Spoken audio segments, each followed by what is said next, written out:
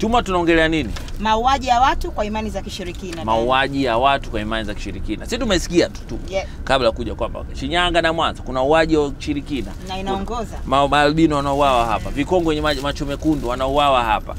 Watu wanapata utajiri na wanatajirika kutokana na ushirikina. Wengine kwa tukasema hebu tuje tuongee na kazi ushirikina. Hili swala lipo, halipo, linasaidia kweli, halisaidii, imetoka wapi, inafanywaje, kuna njia zipi za ushirikina na mauaji? Tuongee na wakazi wa Shinyanga wenyewe. Kweli mkoa wa Shinyanga baadhi ya wilaya zimekuwa zikisemekana kuwa hivyo vitendo vinatendeka, na ni kweli vinatendeka. Kuna mtoto alipotea mtaani.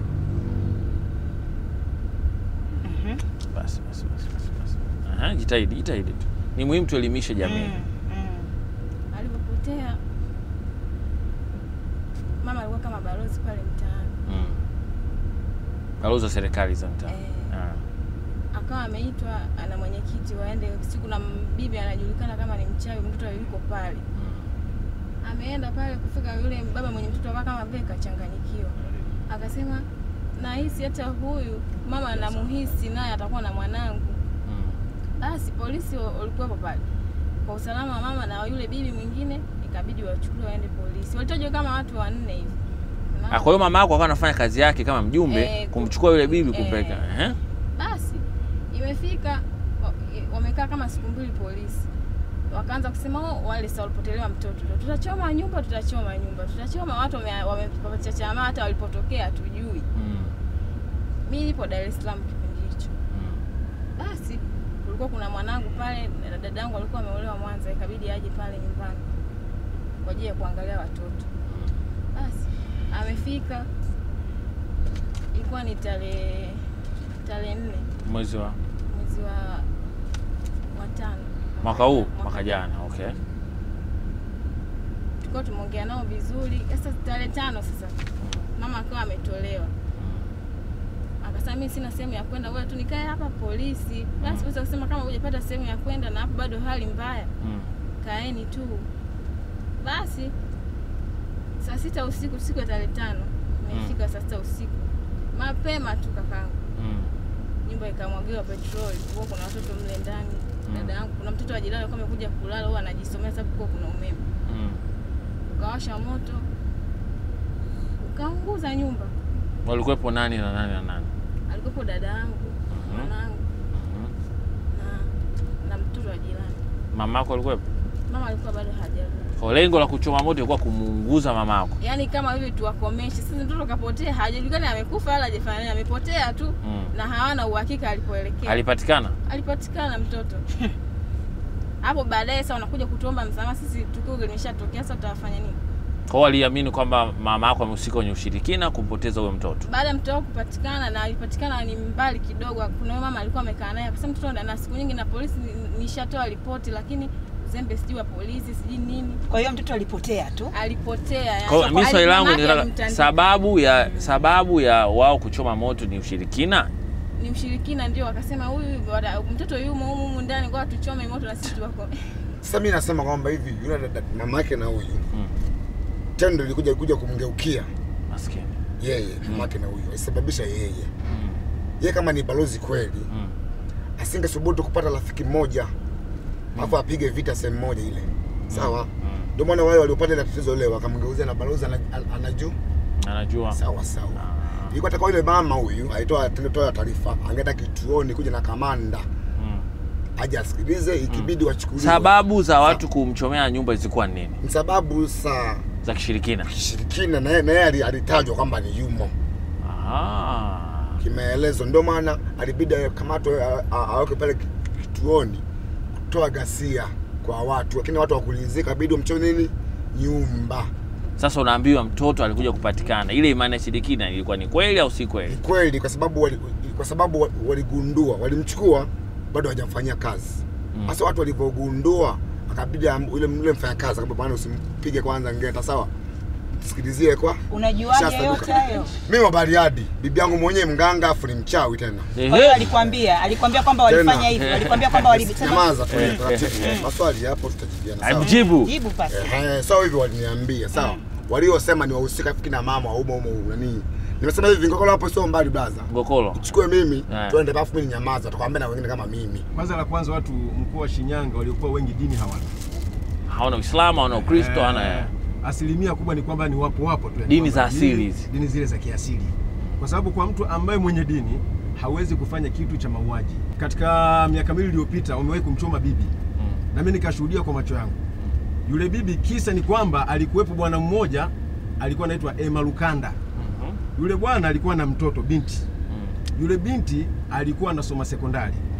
Baadaye ikabidi aozeshwe. Akapata mume, wakapanga mahali kwamba akatokea bibi akawa ile kupewa mahali nyingi likamuuma yule bibi. Ikabidi amloge. Unaona bwana? Akamloga yule binti. Yule binti akachanganyikiwa. Alivyochanganyikiwa akauliza bwana wewe likwaje? Akasema nilienda kwa bibi fulani akawa amenipa nini? Akanipa kitumbua nikala. Kwa hiyo baada ya kula kile kitumbua basi ndio ikawa hivi. Wakati wa kucheka na kona Big Roboto umefika. Kuna nini leo kwenye Bibi Kona?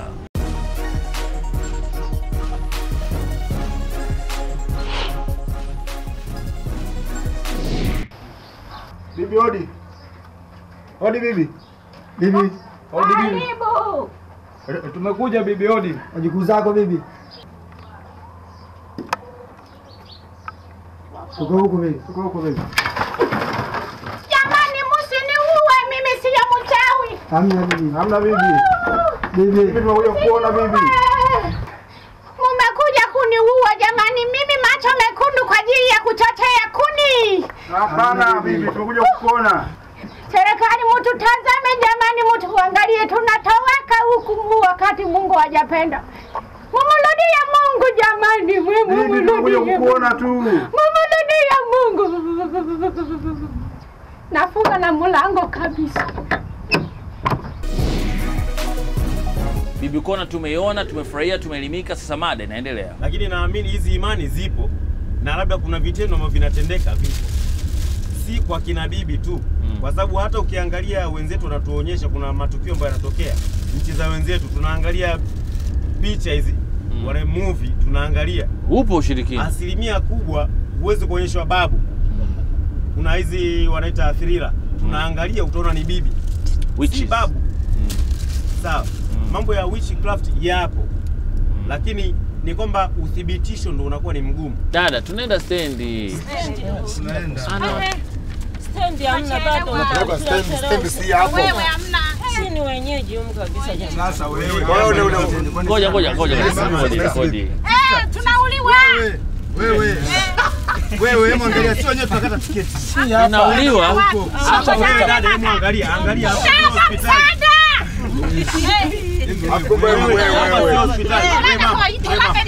Yaani mazao unajua kwamba wanauliwa. Wewe hospitali hapa wewe. Washusheni.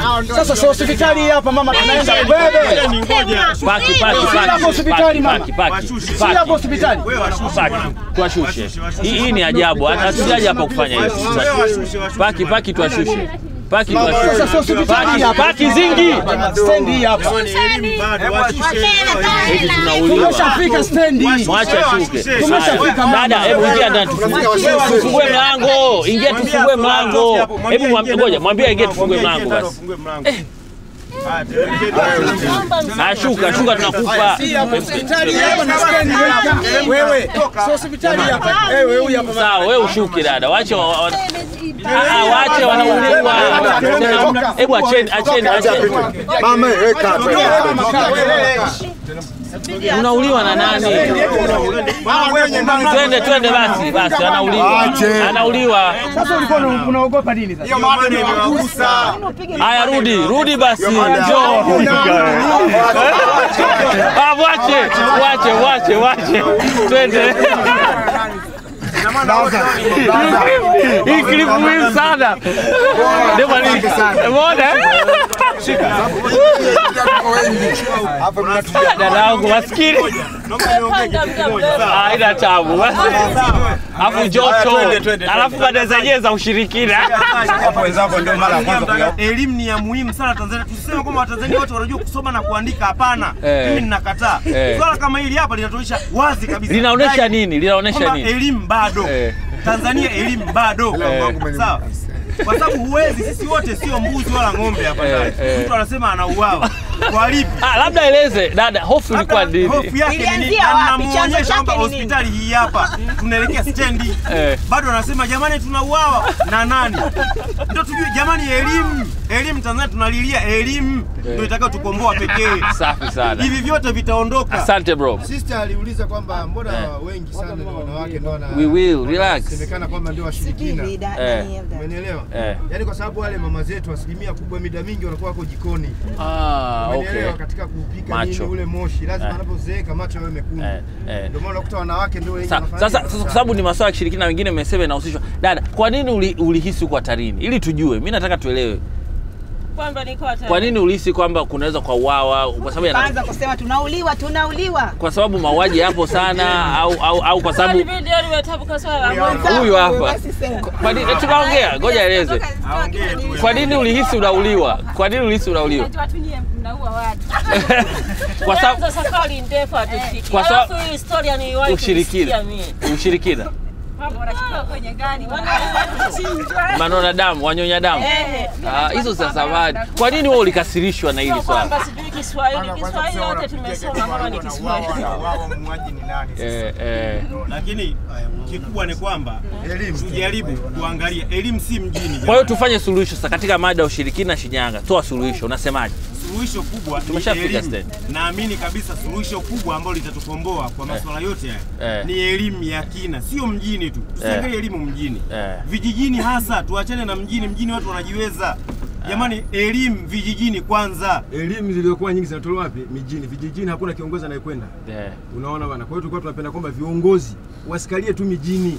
Wao naenda mpaka vijijini mapolini kwenda kuelimisha watu kuhusiana na swala hili. Vyombo vya dola wauaji hao. Vyombo vya dola vyote viende, lakini sasa unakuta kwamba polisi kwenda kule kwenye ni mtihani. Chakua ataanza kuuliza na usafiri upo. Unaona bwana? Lakini kwa sababu kiangalia kwamba hili swala kwa kweli ni la kila mtu, kutoa elimu ni la kila Mtanzania.